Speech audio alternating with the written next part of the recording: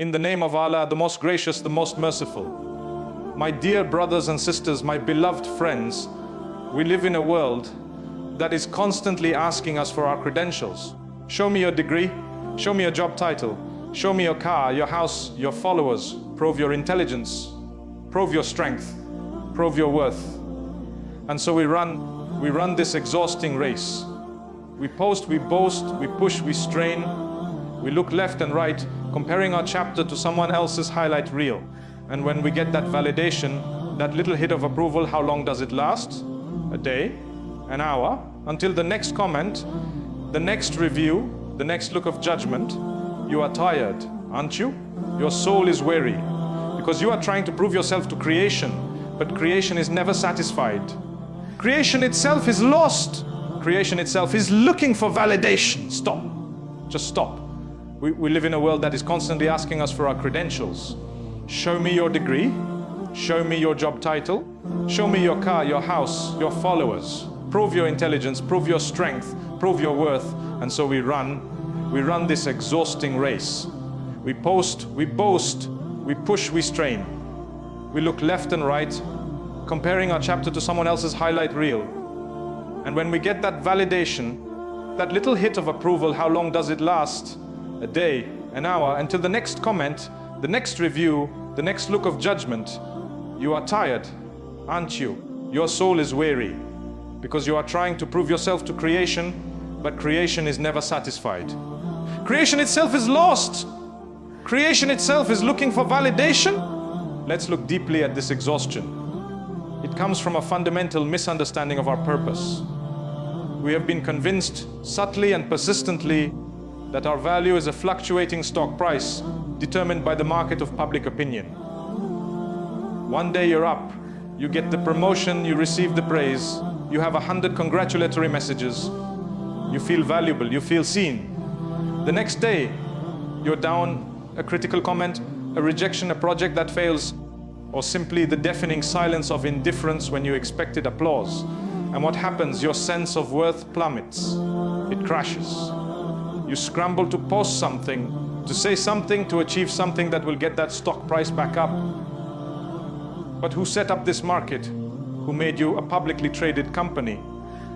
You were never meant to be this. You are a sacred trust and a manna from Allah, not a commodity to be appraised at every glance, every meeting, every comment section. Think about the sheer physics of it. Proving yourself to people is like trying to fill a bucket with a hole in the bottom.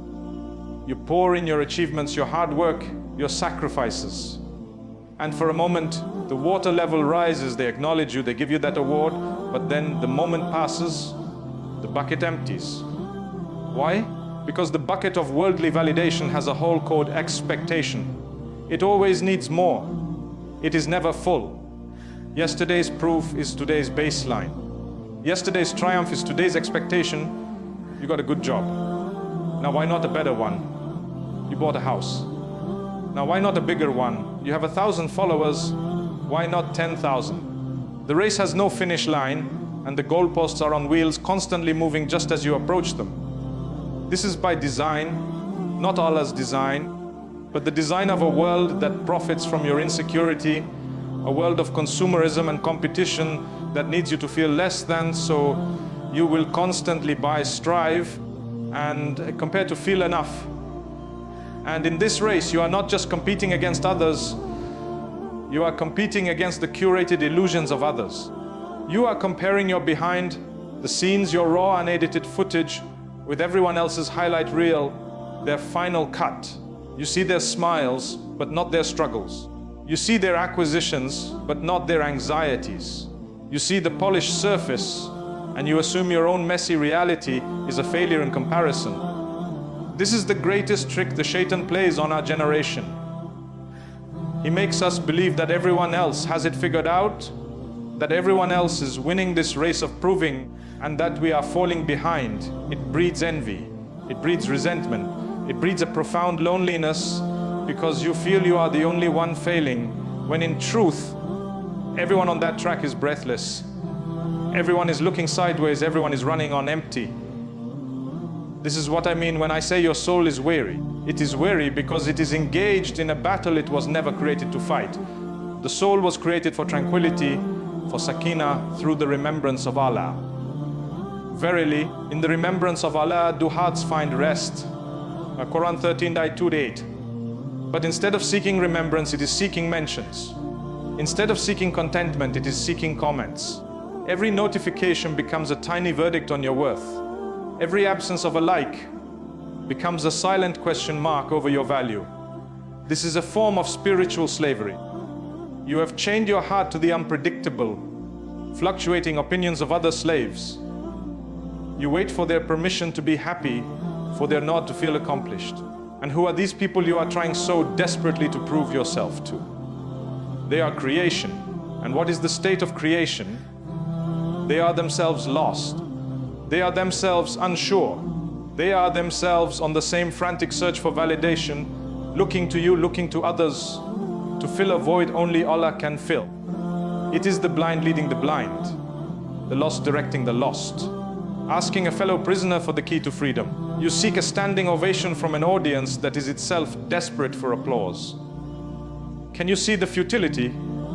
Can you feel the profound circular emptiness of it? They cannot give you what they themselves do not possess, true, unwavering, unconditional validation of your being. So the fatigue you feel is a sign. It is not a sign of your weakness, but a sign from your fitra, your innate disposition, crying out that this path is wrong. Your soul is screaming that it is on the wrong treadmill. The exhaustion is a merciful alarm bell from Allah, telling you to step off, to look up, to reorient. That feeling of being drained after you get the very approval you thought you wanted, that is the clue. That is the moment of truth. Because if it were truly fulfilling, it would energize you. It would give you lasting peace. But it doesn't. It leaves a strange aftertaste of hollowness. That hollowness is the space where Allah should be. That is the space reserved for His pleasure, and you have tried to fill it with the pleasure of His creation, and it does not fit. So when I say stop, just stop. I am asking you to heed that alarm. I am asking you to cease the futile activity of pouring water into a broken bucket. I am asking you to end the slavery to eyes that will never see your true worth, and to opinions that change with the wind. It is a radical act of self-preservation and faith.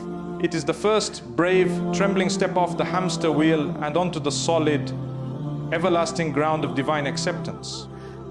The race to prove yourself to the world is a race you can never win. But the journey to be accepted by your Creator is a journey where your very first sincere step is itself a victory. Who told you that you are not enough? This is the question we must sit with.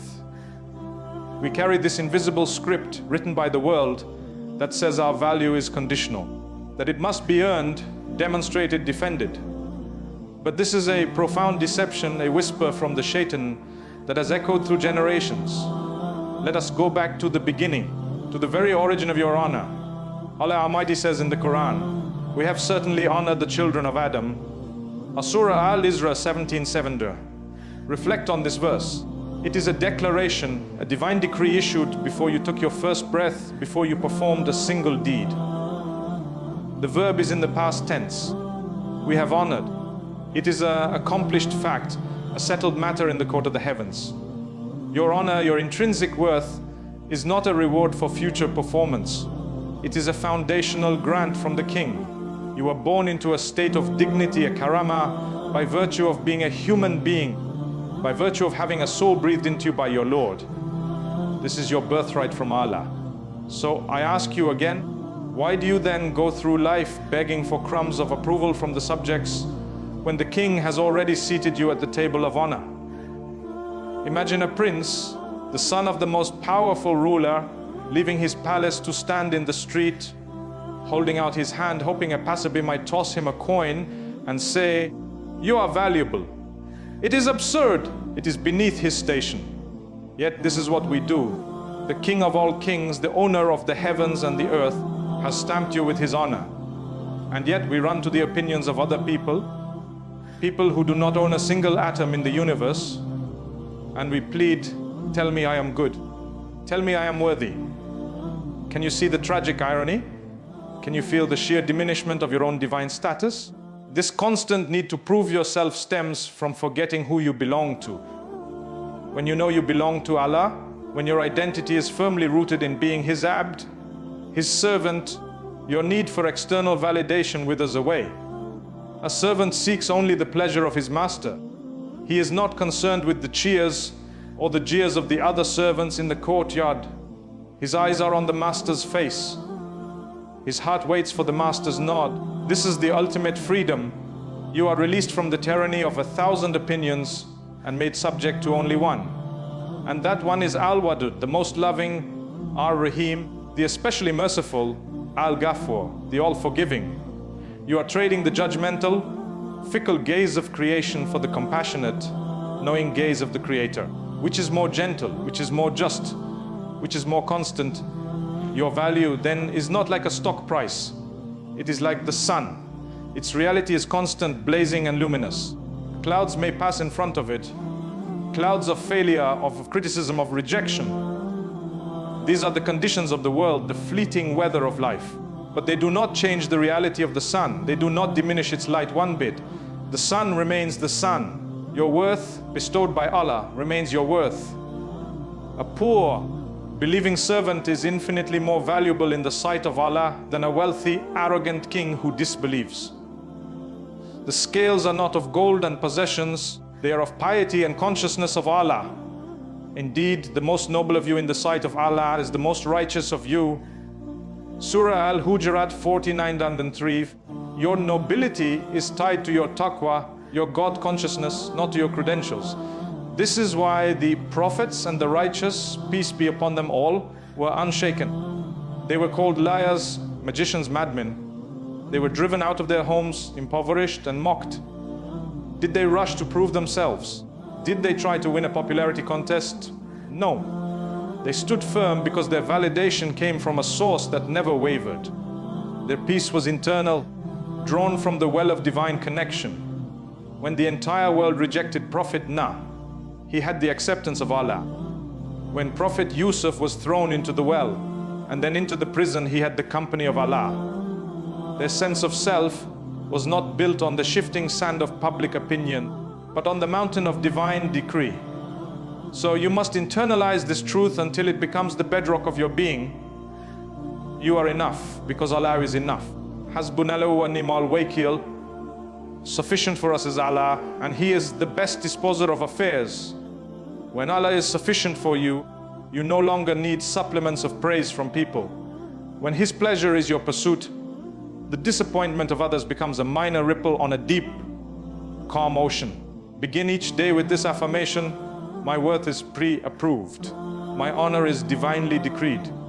Today I will not beg for what I already possess. I will live in the consciousness of this honor. Carry this with you. When you walk into a room, walk not with an air of arrogance, but with a quiet confidence that comes from knowing whose you are. You are not there to prove you belong. You belong because Allah placed you there. You are not in that job to prove you are capable. You are capable as a trust from Allah to fulfill a duty with excellence.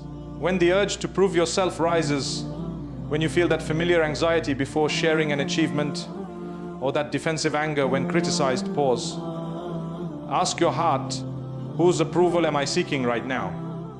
The creation that is itself needy, or the Creator who is the self-sufficient? Redirect that energy.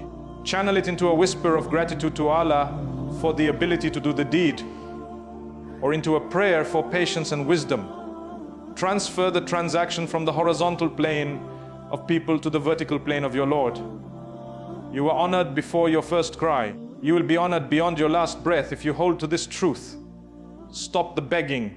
Stand in the dignity that is your divine inheritance. The King has spoken. Your value is fixed. Let that be the end of the argument.